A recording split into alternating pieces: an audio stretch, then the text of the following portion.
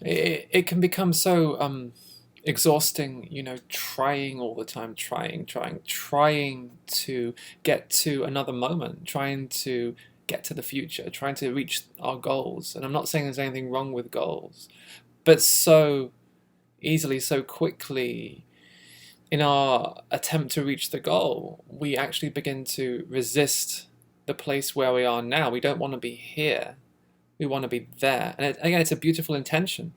But what happens is inevitably we begin to reject, resist this moment in our pursuit of that moment, that goal, that future, that end point.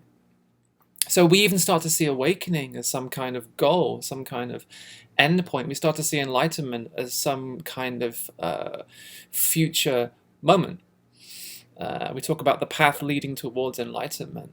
That's how we think. We're kind of trained, brainwashed, you could even say, to think in this way. One day I will get there.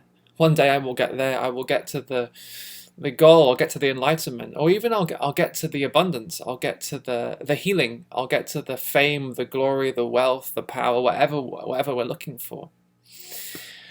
But what about now? What about this day? What about today? What about this hour, this minute, this moment? What about the place where we stand? Often we're so focused on the place that we're going to. And again, I'm not saying there's anything wrong with hoping, dreaming, imagining. The mind is brilliant at that. Brilliant. It's infinitely creative, coming up with some idea, some picture, some image about the future. But what happens, again, what happens is we end up losing connection. In our pursuit of tomorrow, we end up losing connection with today, with this day, which really is the only day that we ever live. This day, even because obviously, even when it's tomorrow, even when you finally get to tomorrow, however you imagine tomorrow to be, it's today. When you get to the next moment, you get to tomorrow's moment, or next year's moment, which you've been looking for, waiting for. It's this moment. So, it might be a good idea to begin to befriend this moment, find your home in this moment, find your connection, a deep connection with this moment. The breath can teach you so much, it's like the mind wants to get to the next breath.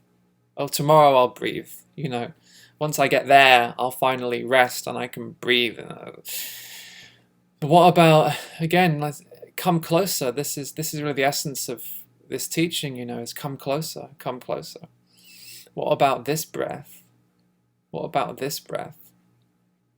See, whatever is happening in your life, whatever struggles you're going through, however challenging your days are, there's always this invitation. This invitation is always here, the invitation to stop and reconnect. Begin to notice, bring your attention back to what's present, what's actually happening now, not what may happen tomorrow, or what you think will happen tomorrow, or even what you're certain of will happen tomorrow, but to bring your attention back to this beautiful place of uncertainty.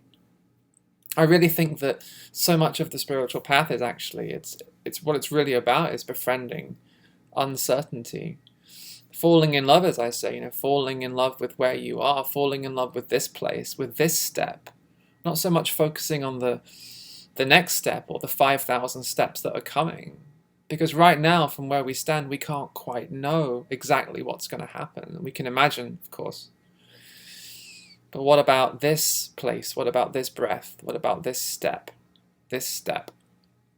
Reconnecting. So whatever's happening in your life, you can always just stop. And I love this word, fascination. Become fascinated with the ground. The ground that you stand on, with this breath, with this moment, with this step. Become fascinated, curious. What's actually here? What's actually happening now? Bringing your attention back to the breath, beginning to notice breathing, the in-breath, the out-breath. What does it feel like? These are beautiful questions. What does it feel like to breathe now? What does it feel like when the air moves through your nostrils? What's the feeling of the air in your nostrils as the air moves down the back of your throat? What does the air feel like as it goes down the back of your throat? What does your chest feel like as it expands, your belly as it expands? Become curious. Become curious about this day, this moment. You know, that's, I think that's what awakening is really all about. It's not so much about getting there. It's about falling in love with here. Because remember, even when you get there, actually you stop and you take a look. It's, oh, I'm here. Actually, I can never escape here, even if I wanted to. I can't actually escape this moment in some deep way that I can't possibly hope to understand. This moment is already accepted. We talk about accepting this moment, and the mind even turns that into a future goal, the goal of acceptance.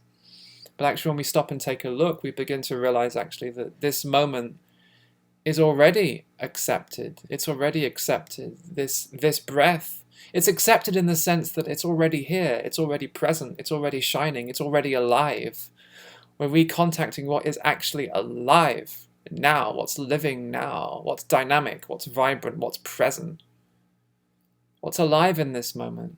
A breath, sensations in the body, the feeling of the heart beating, the sound of a bird singing, or the cars beeping their horns, or the feeling of the sunlight on the face, present, reconnecting.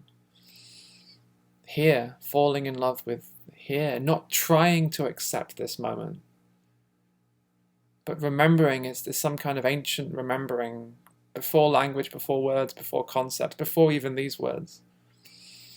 That what is present is somehow already allowed, because it's life. It's all life. It's all life. Every thought, every sensation, every feeling, every smell, every moment, every breath, every beat of the heart. Even that lost feeling in your belly, that feeling of frustration or anger or fear, come back to it. Stop, as I say often, stop fast forwarding the movie. Come back to this present scene. Stop rewinding or fast forwarding the scenes of the movie. Come back to this present scene. This moment is the present scene of the movie of your life.